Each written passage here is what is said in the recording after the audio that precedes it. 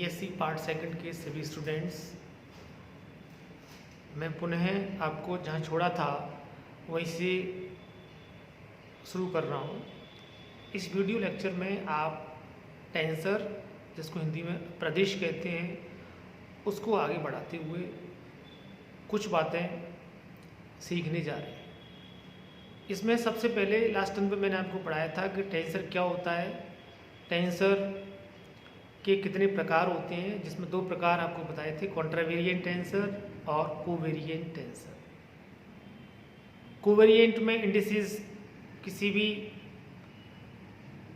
चर राशि के नीचे लिखी जाती हैं और कॉन्ट्रावेरिएंट में ऊपर की ओर लिखी जाती है, ये आपको ध्यान रहे। और उसके बाद कराया था मिक्स्ड टेंसर, जिसमें दोनों प्रकार के इंडिसेस होती हैं, कोवेरिएंट भी होती है और कॉन्ट्रावेरिएंट भी होती है। कोवेरिएंट माने नीचे की लिखी जाने वाली और कॉन्ट्रावेरिएंट माने ऊपर की ओर लिखी जाने वाली। अब आज जो पढ़ने जा रहे हैं उसके आगे रैंक ऑफ टेंसर क्या होता है, मीट्रिक टेंसर क्या होता है, इसको हिंदी में बोलते हैं अपन दूरिक सदिश, दूरिक सदिश, मैट्रिक टेंसर। और उसके बाद पढ़ने जा रहे हैं एसोसिएट टेंसर, सह प्रदेश इत्यादि को एक एक कर देखने जा रहे हैं।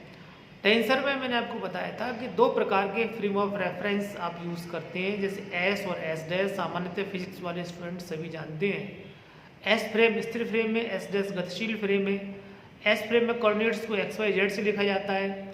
एक्स वाई जेड से अगर नहीं लिखेंगे तो आप x1 x2 x3 लिख सकते हैं। x1 x2 x3 में आपके पास दो चॉइस हैं, 1 2 3 को आप चाहे x के नीचे की तरफ लिखें या ऊपर की ओर लिखें।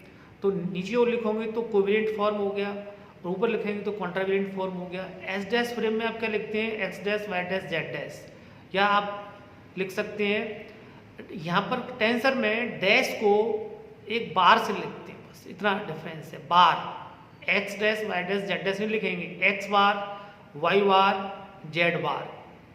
और एक्स वाई जेड को अपन अलग अलग हो जाते हैं, थोड़े ऐसे लिखेंगे इसको, x1 बार, x2 बार, x3 बार। 1 2 3 जो लिखे हैं आपने x1 x2 x3 पर, वो नीचे की साइड में भी लिख सकते हैं और ऊपर की साइड में भी लिख सकते हैं। तो ऊपर की साइड में लिखेंगे तो कॉन्ट्रावेरिएंट फॉर्म हो जाएगा एस डैश फ्रेम में, और नीचे लिखेंगे तो एस डैश फ्रेम में वो कोवेरिएंट इंडिसेस कहलाएंगे। तो इस तरीके से इसी सब चीज़ को मैं आपके सामने पुनः कुछ मैथमेटिकली करने जा रहे हैं। यस, जैसे कि आप देख पा रहे हैं कि रैंक ऑफ ए टेंसर, जैसे कोई टेंसर है जिसके आई जे के कोवेरिएंट इंडिसेस हैं, ये LMN इसकी 3 कॉन्ट्रावेरिएंट इंडिसेस हैं। तो 3 तो ऊपर वाली जो 3 ये सभी अलग अलग हैं, ये 3 नीचे की बिल्कुल अलग हैं, ऊपर की अलग हैं, 3 और 3 6 रैंक का ये क्या कहलाएगा, मिक्स्ड टेंसर, जिसमें 3 रैंक तो कोवेरिएंट की हैं और 3 रैंक किसकी हैं, कॉन्ट्रावेरिएंट की टेंसर की। क्लियर। अब आगे बढ़ रहे हैं, सिमेट्रिक सममित और प्रतिसम्मित टेंसर किसे कहते हैं। तो जैसे ये कोई टेंसर है ये, जिसकी आई जे कॉन्ट्रावेरिएंट इंडिसेस हैं, यानी कॉन्ट्रावेरिएंट टेंसर है ये। अगर इनको परस्पर बदल दें आप, आई जे ए की जगह आई जे में जे आई को पहले लिख दें आप, तो अगर इसमें कोई बदलाव नहीं आता टेंसर में, दैट इज, तो आप कहेंगे कि ये टेंसर क्या है, सिमेट्रिक टेंसर। इसी प्रकार जैसे ये कोवेरिएंट इंडिसेस में हैं, इनको आपस में चेंज कर देंगे, तो अगर ए के मान में कोई बदलाव नहीं आता चिन्ह में, तो आप बोलेंगे ये सिमेट्रिक टेंसर है। यदि आई जे को चेंज करने से चिन्ह बदल जाते हैं, आई जे को जे आई किया तो चिन्ह माइनस का आ गया, तो आप इसको बोलेंगे ये प्रतिसम्मित टेंसर है, कॉन्ट्रावेरिएंट वाला, और ये कैसा है, कोवेरिएंट वाला। तो इस तरीके से यानी इंडिसेस को परस्पर बदलने से अगर टेंसर का चिन्ह वही रहता है तो सम्मित है, अगर चिन्ह बदल जाता है, विपरीत हो जाता है, तो क्या है, प्रतिसम्मित है। अब पढ़ने जा रहे हैं एसोसिएट टेंसर। एसोसिएट टेंसर क्या होता है, यानी इसको हिंदी में बोलते हैं सह प्रदेश। ठीक है, इसमें चूंकि एक नया शब्द आता है मीट्रिक टेंसर, इसलिए मैं इसको थोड़ा सा बाद में लूँगा। और ये चीज़ इसकी बहुत मोस्ट इम्पॉर्टेंट है, जिसको मीट्रिक टेंसर के नाम से जानते हैं, ये आप सभी को आनी चाहिए। लेकिन ये आप पर तभी आएगी जब आप सारी वीडियोज़ को, जब से मैंने पढ़ाना शुरू किया है तब से आप देखेंगे। तो मैंने सबसे पहले आपको ये बताया था कि कार्तीय निर्देशांक पद्धति में लांबिक कार्तीय निर्देशांक पद्धति में किसी भी तल पर, किसी वक्र तल पर दो बिंदुओं के बीच की दूरी का वर्ग यानी ds का जो वर्ग होता है वो इस तरीके से लिखा जाता है bi.bj dui duj समेसन। और bi क्या होता है, यहाँ पर bi को अपन आधार सदिश कहते हैं और आधार सदिश का मान क्या होता है del r upon del ui। Clear. तो ये सबसे पहले अगर नहीं आपने पढ़ा है तो आप पहले वीडियो को देखेंगे सभी, उसके बाद आप इसको पढ़ सकते हैं। जैसे आपको पता है कि कार्टेशियन कोऑर्डिनेट सिस्टम में किन्हीं दो बिंदुओं के बीच की दूरी के विस्थापन को ऐसे लिखते हैं dx dy dz। तो इसको जैसे मैंने जैसे अभी बताया था x y z ना लिखकर इसको x1 x2 x3 फॉर्म में लिख सकते हैं। 1 2 3 ऊपर भी हो सकते हैं, 1 2 3 नीचे भी हो सकते हैं, वो चॉइस है। अब जैसे एक चीज़ और सीख लें इसमें आगे बढ़ने से पहले, जैसे x1 x2 x3 होता है तो अपन इसको लिख रहे हैं x1 x2 और x। जैसे u1 u2 u3 कोऑर्डिनेट, ये दूसरा सिस्टम है वक्र रेखी कोऑर्डिनेट सिस्टम।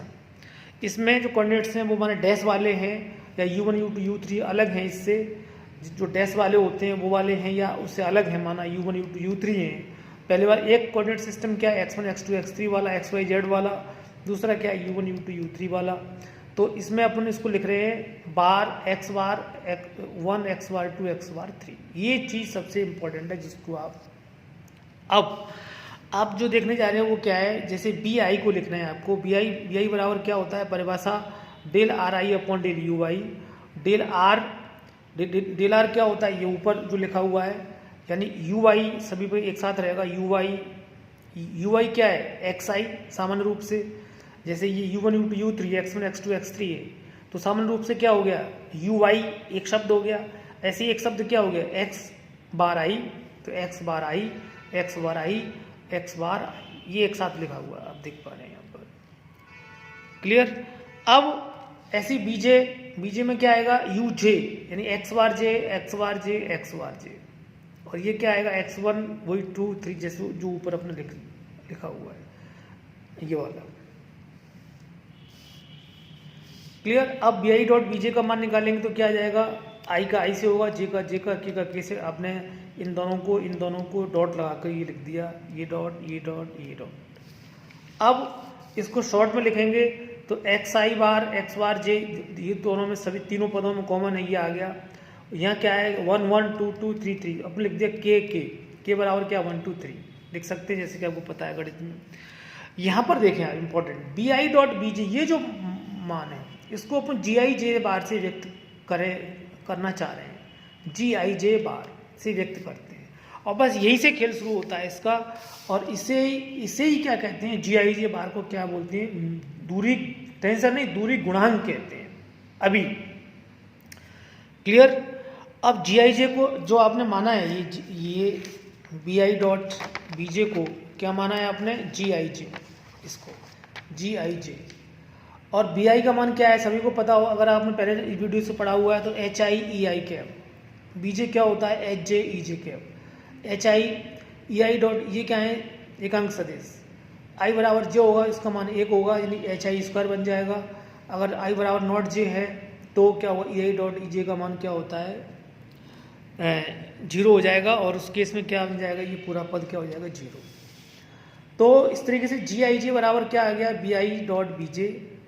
और b i dot b j का मान देखोगे आप तो ये क्या आ रहा है, ये वाला मान b i dot b j, ये मान पूरा ये यहाँ रख दिया।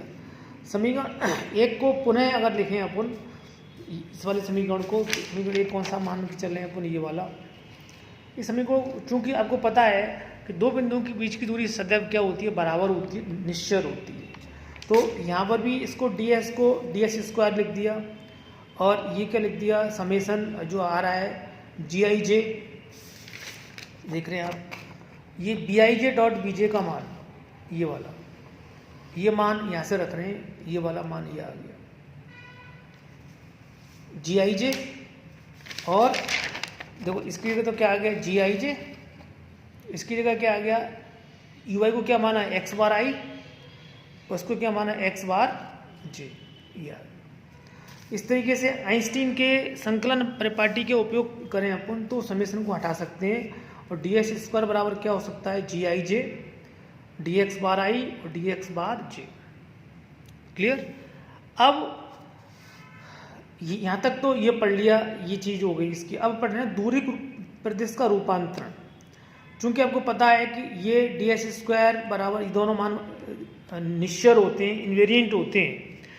इन्वेरिएंट का मतलब क्या होता है, बस अक्षर बदल जाएंगे, जैसे आई जे यू कुछ भी ले लो आप, म्यू न्यू, एक्स बार आई एक्स बार जे एक्स म्यू न्यू। इस समीकरण को अगर ऐसा समीकरण आपको दिख रहा है तो उसको बोलोगे आप ये निश्चर समीकरण है, इन्वेरिएंट इक्वेशन है। क्योंकि दोनों बिंदुओं के बीच की दूरी समीपस्थ दूरी सदैव निश्चर होती है, इसलिए ये इसके क्या होगी बराबर होगी। अगर अपन ये माने कि एक्स म्यू इस function of u1 u2 u3 वाले कोऑर्डिनेट्स का फंक्शन होता है, जैसे कि वीडियो 1 में पढ़ा था। यानी Cartesian coordinate u1 u2 u3 के फलन होते हैं और u1 u2 u3 किसके फलन होते हैं x1 x2 और x3 के। तो अपन उनमें से एक लिख रहे हैं कि x1 x2 x3 किसका फलन है u1 u2 और u3 के। तो u1 u2 u3 को किस रूप में लिखा गया है आप देख पा रहे हैं u1 u2 और u3। तो एक्स म्यू का मान ये जो है एक्स म्यू का, अगर इस वाले से अगर आपको पता है, अगर इसका अवकलन करेंगे आप डी एक्स म्यू का, इसका अवकलन करेंगे आप तो क्या आएगा del x mu upon del x bar i del x d x bar i. अब इसका इसी प्रकार म्यू की जगह न्यू ले लें आप, यहाँ पर म्यू की जगह न्यू ले लें तो न्यू का करेंगे तो क्या आ जाएगा del x nu upon del x bar j. D x mu और डी एक्स न्यू का मान यहाँ रख दो आप, यहाँ रख दोगे इन दोनों मानों को, तो आपने ये मान यहाँ रखने जा रहे, ये आ गए। अब इसमें क्या देख रहे हो आप, ये वाला दोनों पद इससे क्या हो गए कैंसिल। अब क्या बचा आपके पास जी आई जे बार बराबर, यानी जी म्यू को बाद में लिख दिया आपने यहाँ पर del x mu del x bar i del x mu del x bar j. तो इस तरीके से आप जो देखो, ये जो आपने थोड़ी देर पहले ये माना था दूरी गुणांक माना था, ये दूरी गुणांक ऐसे चेंज हो रहा है जैसे कि मानो एक टेंसर हो, तो वो टेंसर भी ऐसे ही चेंज होता है जैसे ये चेंज हो रहा है सेकंड रैंक का टेंसर। तो सेकंड रैंक के टेंसर की तरह ये जी मी न्यू चेंज हो रहा है, रूपांतरण हो रहा है। तो अपन इसको क्या बोल देते हैं, जी मी न्यू को क्या बोल देते हैं, ये दूरिक गुणांक भी है और दूरिक गुणांक होने के साथ साथ क्या है ये दूरिक प्रदिश भी है। तो इसलिए इसे क्या बोलते हैं, ये सेकंड रैंक का एक टेंसर है। ये काफ़ी इंपॉर्टेंट है, एग्ज़ाम में आवश्यक रूप से पूछा जाता है लगभग, ध्यान रखें।